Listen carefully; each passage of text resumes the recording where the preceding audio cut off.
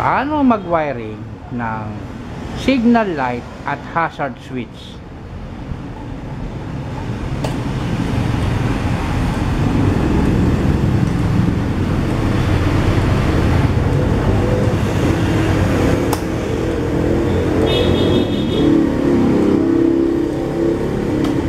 Tara, umpisahan na natin.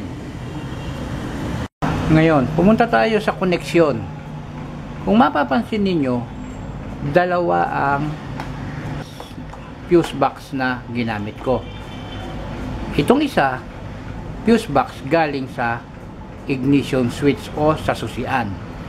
Itong isa, galing sa direct sa battery. Yan. Tapos, yung aking relay na ginamit, dalawa. Isa para sa signal at isa para sa hazard. Ang ginamit ko na relay ay LED flasher relay. Ang connection niya madali lang.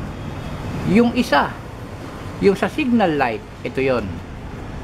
Ito, ang connection niya, 3 pin ito. 3 ang pin nung flasher relay. Isang positive at isang negative, saka yung papunta sa switch, yung puti. Yung positive pumunta sa fuse box at yung negative pumunta dito sa chassis ninyo ng sasakyan, o itong aking ginagamit dito ay bus bar, negative bus bar. Lahat ng negative dyan niya kinukuha galing sa battery. Yung switch ng signal light papunta rito sa 3-way switch, at yung mga ilaw ng signal, ito pinagsama ko. Gumamit ako ng terminal block. Andyan yung magkahiwalayan, yung negative sa positive. Ito yung galing, ito yung ilaw, ito yung negative na pumunta rin doon sa bus bar. Papunta sa switch dito, yung harapan dito, yung sa likuran magkasama na, yung galing sa likod, ito yun, magkasama na sila. Ayan, dito nang galing. Gumamit din ako ng terminal block. Yan. Ayun, yung 3-way switch na ginagamit ko, ito. Ayan. So, testingin natin ngayon. Gumamit tayo ng signal light papunta sa kanan. Ayan. Gumagana. Ito harap, ito likod. Pumunta tayo sa kaliwa. Gumagana. Ito harap, ito likod. Ganon lang kasimple yung wiring ng signal light. Pumunta naman tayo sa hazard. Pumunta tayo sa hazard.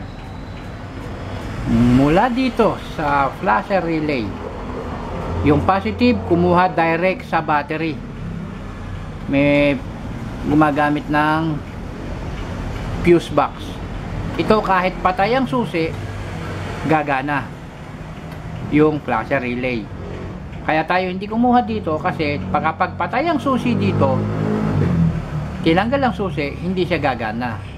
Gumagana lang siya kapag sinusian, nagkakaroon ng power. Ayan. So, yung positive, yung pula, papunta sa fuse box, at yung negative papunta sa bus bar, at yung puti papunta sa switch. Meron ako ritong 4-pin toggle switch. Yan. Ang connection niya, dahil 2 pin siya, 4 na pin, ay yung 2 pin pinagsama ko na para doon sa switch. At yung 2 pin dito, magkahiwalay yan, ay nakakoneksyon dito sa left and right. Ganun lang kasimple. Kaya kapag kasinwitch mo yan, ito, kahit walang susi, hindi ka nakasusi, gagana dahil ito ay laging may supply ng kuryente. Subukan natin. Ayan, gumagana ang hazard. Ganon lang kasimple ang koneksyon. Subukan natin.